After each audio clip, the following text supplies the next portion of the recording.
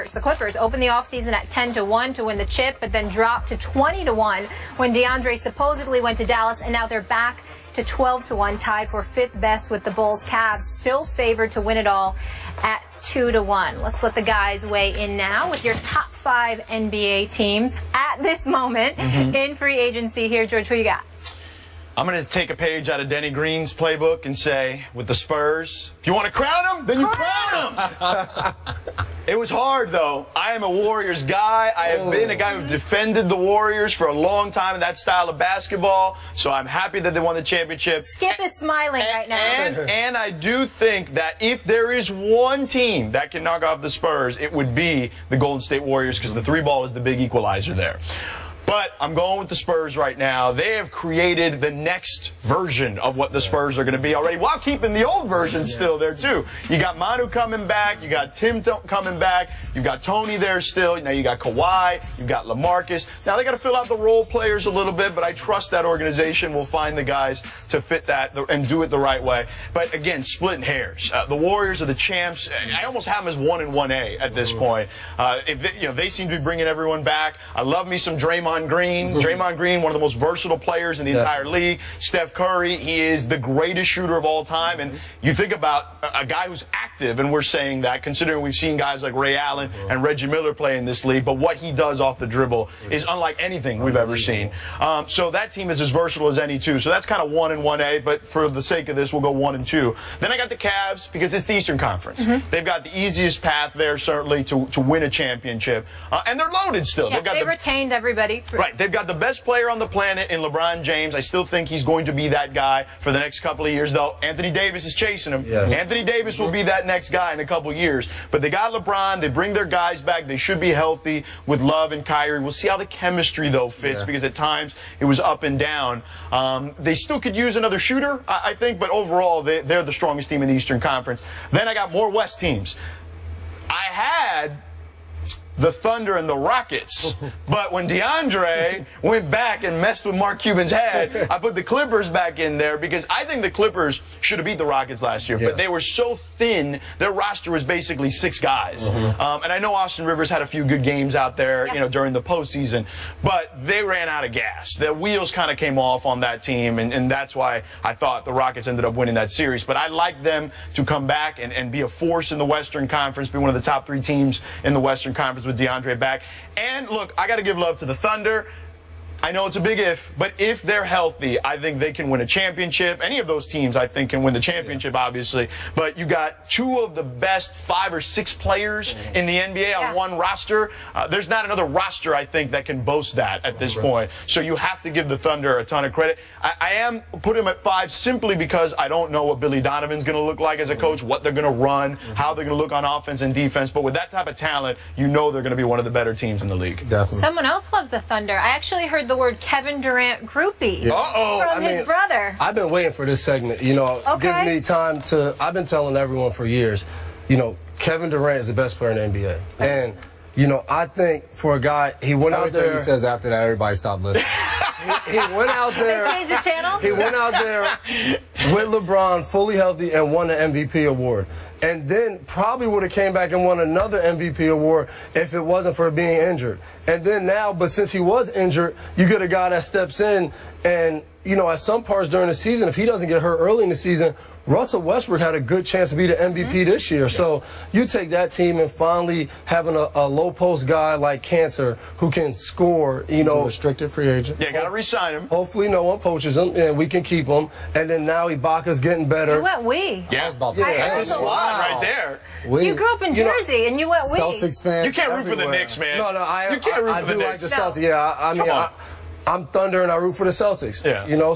But then, like you said, I got the Warriors in there simply because at the number 2 seed, they're coming off a championship. Yeah. They brought a lot of guys back. They brought all the key guys back. And, obviously losing David Lee, doesn't look like it hurt you in the regular season because he didn't play much. But he ended up being pretty big in the postseason, stepping up and having to play. But then, I go Cavs, Spurs, and Clippers.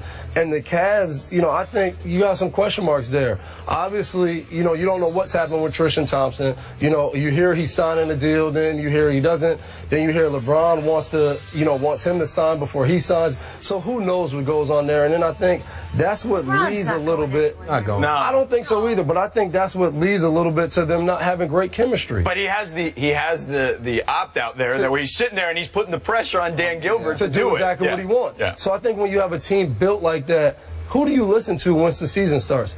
Am I listening to the star player / head coach / GM / owner You know, who am I listening to here? And I think that hurts them, you know. And then I went Spurs because I do think the Spurs, you know, you have a great core group of guys, and then you add, you know, David West and Aldridge. I forgot David West. You know, and David West is a veteran who's going to bring even more leadership. That's another guy you can count on. And I think a big pickup for them might be Ray McCollum coming from the Kings, who's a young guy. Every summer league he's played and he's dominated. And I think, you know, sometimes you get on a team like the Kings where it's a lot of young guys, it's not winning. You're just out there playing. And I think he's beginning a system with San Antonio where he's a great shooter. And the reserves always play well there. Yeah. I think he has a chance to blossom there. And then obviously with DeAndre Jordan going back, you have to put the Clippers in there. You know, obviously the open round against the Spurs could have went either way with them winning that. But like you said, there's no way they should have really lost the series up 3-1. But you know, fatigue comes into effect. We saw that in the finals with LeBron. You know,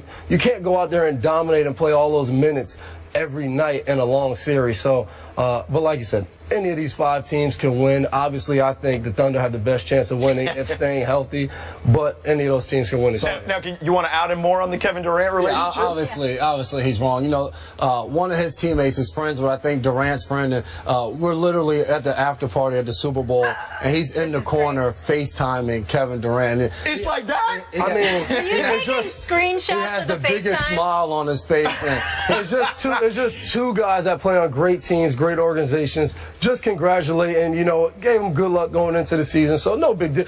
Did you send him some emojis on the text? No, emojis are huge though. That's not just a woman. I'm an emoji guy, but no emojis. That's a whole nother debate. Yeah, Men and emojis, whole nother No, thing. there's some manly emojis out there. There are, Yes. really. I don't know about the emojis. I debated on emojis and eventually I caved on emojis. Are you an emoji guy? I caved in recently. I wasn't, but I caved There's some pickup You're line an emoji guy? Yeah, you can you know, really get a girl over text message with some Really? key emojis. You definitely Let's get into Jason's picks though. We'll discuss the emoji game later. Yeah, we'll leave that for later. You know, I started out with the Warriors, you know, a team that won the NBA championship, and they have the whole team back. You know, Steph Curry's only getting better now that he's been healthy the last few seasons. You still have a guy like Klay Thompson, where they're probably the best backcourt in the entire league. You have basically the best point guard from last year, and then you can say Klay Thompson's the top 3 of the shooting guards with himself, James Harden, and Jimmy Butler. So a backcourt like that with a guy like Draymond Green who put up triple-doubles throughout the playoffs, like that's hard to beat. You know, a guy like Harrison Barnes struggled a little bit in the finals,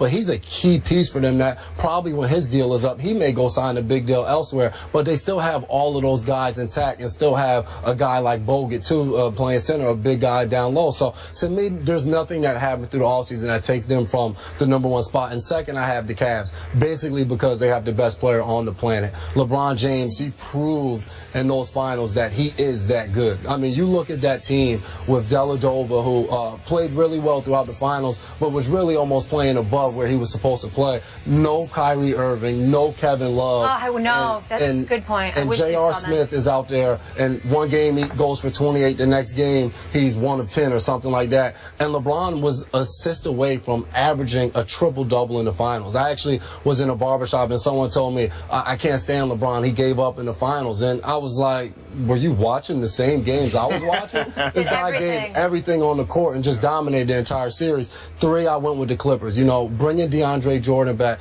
You know, they were able to beat the Spurs last year in the playoffs. Obviously, the Spurs have made some improvements, but to me, so have the Clippers. You know, getting a guy like Paul Pierce, another closer to go with Chris Paul. They struggled a little bit last year in the playoffs, coming down to those last shots. If CP wasn't able to get the shot up, Blake struggled a little bit where he'd be just tremendous through the first 3 quarters and struggled a little bit in the fourth. You know, that is Paul Pierce, the truth. The fourth quarter is where he comes alive. We were talking about it earlier. You know, this past year in Washington, his minutes were kind of held back throughout the regular season. Then you turn on the playoffs and he's hitting game winner after game winner, whether it was before the buzzer or after, you know. So that's just what he does. And, you know, so then after that, I have the Spurs at 4 because of the moves they've made in the offseason with Aldridge. And it's gonna be fun to watch a rotation of Aldridge, Tim Duncan, and David West. So that'll be very exciting. Then don't forget Splitter.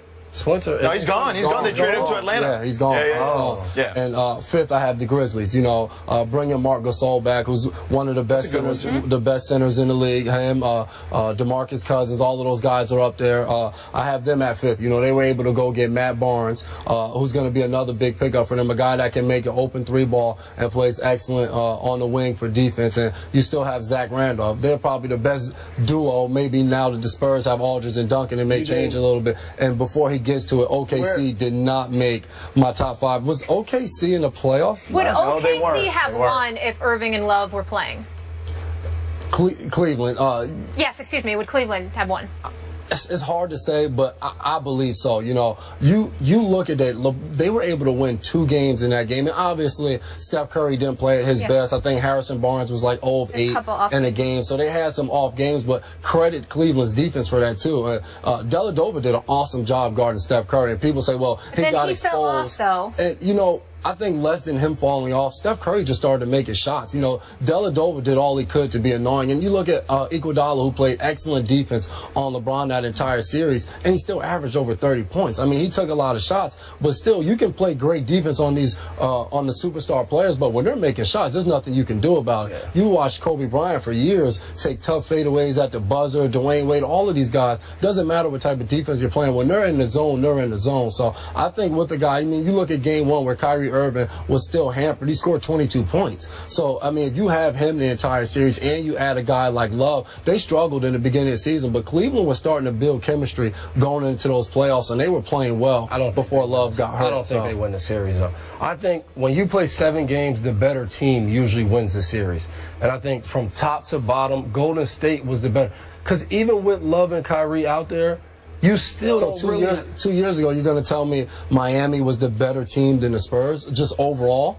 Yes, I think so. They were pretty even, though. Yeah. When Ray Allen hit the shot, you were saying? Yeah, they were pretty even, I thought. And I thought that's what this Cleveland team missed, a guy like Ray Allen. You didn't have the guy that can knock down. Even with Kyrie out there, you know, only time you had a really good three-point shooter is if Kyrie was out there and LeBron had the ball. But, you know, J.R. Smith and Shumpert, they struggled, and they took open shots. It's not like it would have been different, so I don't know. I'm with you. I think what ends up happening is defensively they were actually much better because Kyrie and Love are not necessarily great defensive players. They were much better, and you know the Warriors struggled a bit with a defensive team like that with Memphis early, and they came back in a very similar fashion. I think if Love and Kyrie are in there, you're almost playing into the Warriors' hands because they're going to want to play at a faster tempo, and that's exactly what the Warriors want to do. That's a good point. All right, so those are our top 5 NBA teams. How about top 5 receivers? Giving you guys nightmares there. Dez, Megatron, Antonio, ODB, Jordy. Who is the best receiver in the NFL? Our NFL experts will give you their top 5 when we come back.